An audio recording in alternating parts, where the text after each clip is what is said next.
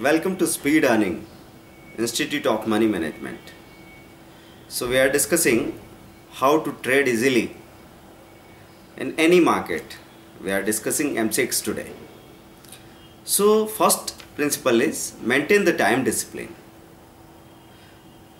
You should not trade 24 hours. In right time, if you are trading for 1 to 2 hours, then it is efficient. It is sufficient, I think. So when world market opens in the evening, you can trade between 6 and 8 p.m. See last 5 days commodities charts and movements. You should see the last 5 days movement of Comdex also, commodity index, the whole commodity index. So it is good to see the peaks and valleys of the charts. When you log in Odin your trading software, set proper market watch. Means in right upper corner there is commodity index, then you are setting gold, silver, or according to your capacity you can set gold mini, silver micro, then nickel mini, copper mini, lead mini, zinc mini, and then crude and natural gas. Start watching commodity index on right upper corner of screen, whether it goes up or down. First of all, you should see where the market is going, where the index is going, and then you should go for the particular commodity. Then watch percentage gain column. You see, suppose gold is 0.5% plus, silver 0.3% plus, nickel 0.5% minus, copper 1% minus, crude flat, natural gas 2% plus. So from whole screen there is a general idea which is the strong commodity right now and which is the weak commodity right now. And then press F5 to see the number of buyers and sellers. कितने buyers हैं, कितने sellers हैं, how many buyers are there, how many sellers are there.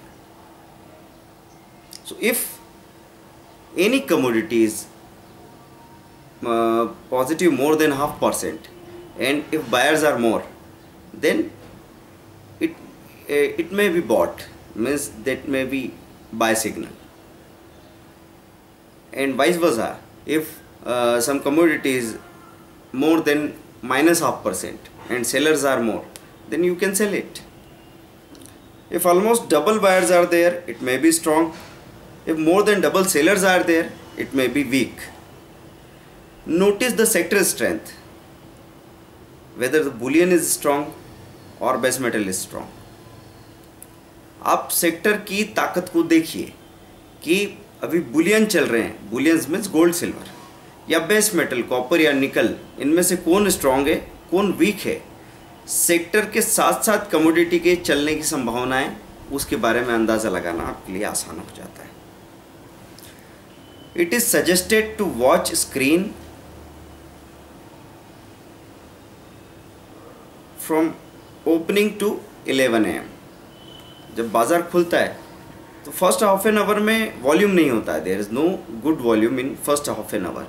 Market take time to set the trends. So for first half an hour you just watch the screen. Then you first decide whether it is a buying market or selling market. Commodity index को देखते हुए आप ये decide करें कि ये buying market है या selling market है. Then decide sector. उसके बाद sector को देखिए.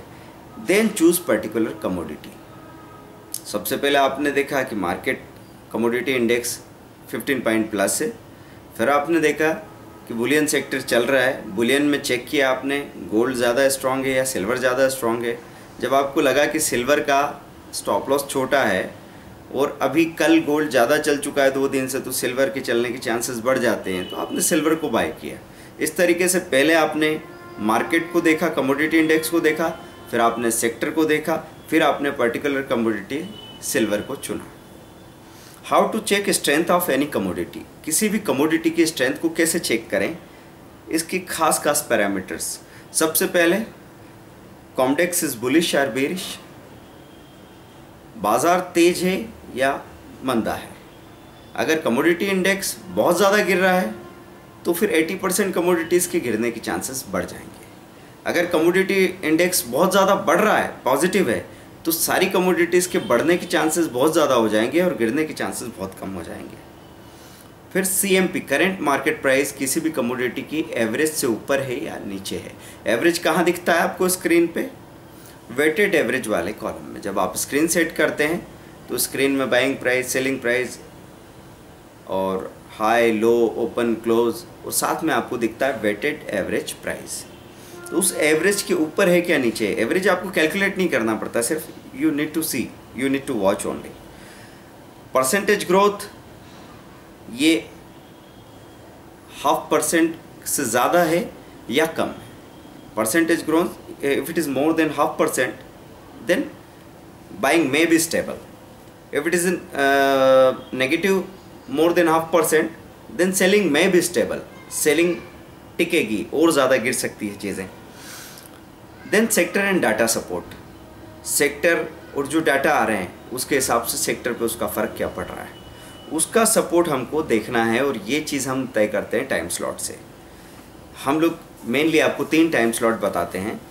सुबह 11 बजे से आपने कोई ट्रेड डाला है तो 1:55 PM तक, दोपहर 2 बजे के पहले 1:55 तक एक टाइम स्लॉट हो गया, जिसमें आपको अपनी पोजीशन क्लोज कर लेनी चाहिए।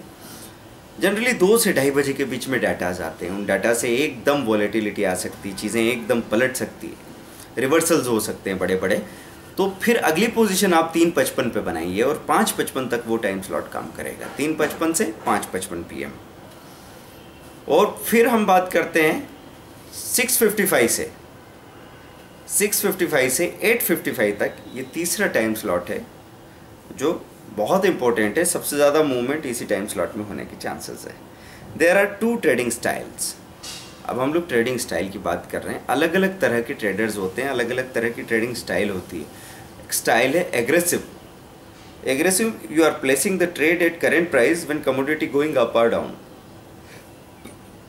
When the price is moving upside, so you are just placing the order and buying at market price. If you see, suppose nickel is going 871, 872, 875, so you are just placing the order 872 or 875. If it went up to 876, then you are placing the market price and buying at 876. So this is called aggressive style. In aggressive style, you are buying at market price and then selling at market price, and the fast decision making is important, and your operation speed should be good. आपकी operation speed अच्छी होनी चाहिए। F1 F2 buying selling के operation में कहीं time ना लगे। तो एग्रेसिव स्टाइल में आप सामने से जाके परचेज करते हैं। और दूसरा होता है defensive style. Defensive style means अगर आपके सामने अचानक 870 से 875 गया है निकल, तो आपने चार्ट में देखा कि उसका जो रिसेंट लेवल जो छोड़ के गया 872 से ऊपर गया, तो आप 872 पे बाइंग डाल के रखते हैं और 869 पे स्टॉप लॉस रखते हैं। अगर यहाँ से नीचे आएगी प्राइस तो आपकी बाइंग होगी, मतलब आप एक कदम पीछे हट के बाइंग कर रहे हैं। ये एक डिफेंसिव स्टाइल है। इसमें आपको एकदम बड़े बड़े लॉसेस में या किसी कंडीशन में ट्रैप होने के चांसेस कम से कम हो जाते हैं, और इम्पल्सिव बाइंग के चांसेस कम हो जाते हैं, क्योंकि हम अधिकतर गलतियां इम्पल्स में करते हैं। अचानक जल्दी में, जल्दबाजी में आप दौड़ती हुई ट्रेन पे चढ़ते हैं और कुचल के गिर जाते हैं या गिर के कुचल जाते हैं। डिफेंसिव और aggressive style. To see Odin chart, select commodity. Odin chart जब आपको देखना है, कमोडिटी को सिलेक्ट कीजिए, देन प्रेस Ctrl+I। Ctrl+I करेंगे, एक चार्ट खुल जाएगा आपको। इस चार्ट में वो सारी चीज़ें हैं जो बड़े से बड़े पेड सॉफ्टवेयर्स में से आप अगर निकाल सकते हैं तो इसमें से भी निकाल सकते हैं। पेड सॉफ्टवेयर भी वही इंसान इस्तेमाल कर सकता है जिसको एनालिसिस की समझ हो, और वो एनालिसिस कोई रॉकेट साइंस नहीं है। असल बात यह है कि आप हर नई चीज़ को, हर सही चीज़ को एडॉप्ट कर रहे हैं या नहीं। अगर एडॉप्ट करके प्रैक्टिकल करते जाएंगे देन इट इज़ श्योर कि आपको रिजल्ट्स मिलेंगे, आप कमाएंगे, आराम से कमाएंगे, यू विल अर्न इजीली। तो डबल क्लिक कीजिए उस चार्ट को तो वो पूरा फुल स्क्रीन चार्ट आ जाएगा आपको। फिर वहाँ पे डॉटेड लाइन से आपको लेवल क्लियर दिखेंगे। सपोज निकल इज़ 990, नेक्स्ट लेवल इज़ 995, 998। अगर आपको उसको शॉर्ट सेल करना है तो आप अगले लेवल की सेलिंग डालिए। अभी 990 चल रहा है, 995, 98 का लेवल है अगला, तो आप उसको 995 पे सेल करें और 998 का बाइंग स्टॉप लॉस डालिए। तो जैसे बाय करते वक्त कम से कम प्राइस पे, नीचे की प्राइस पे खरीदने की कोशिश, और शॉर्ट सेल करते वक्त और ऊपर की प्राइस पे बेचने की कोशिश, ताकि आपको जो स्टॉप लॉस हो वो छोटा से छोटा स्टॉप लॉस हो और वो भी न टूटे, उसके टूटने के चांस, स्टॉप लॉस हिट होने के चांसेस कम से कम हो जाए। We can manage big volume with micro और mini lots. If you are going for 1 kg gold, then it is better to trade 10 mini lots, 10 100-gram lots. You are trading the same volume, आप वही 1 kilo कर रहे हैं, लेकिन 100 ग्राम के 10 lot करने से आपको पूरी आज़ादी है कि आप उसमें से पार्शियल प्रॉफिट बुकिंग कर सकते हैं, अलग अलग लेवल पे स्टॉप लॉसेस लगा सकते हैं, और मार्केट में जो भी अनसर्टेनिटी है उस चीज़ को सर्टेनली प्लान कर पाते हैं। तो टुकड़े टुकड़े में जब आप बाइंग या सेलिंग करते हैं तो आपको वो सुविधा मिल जाती है।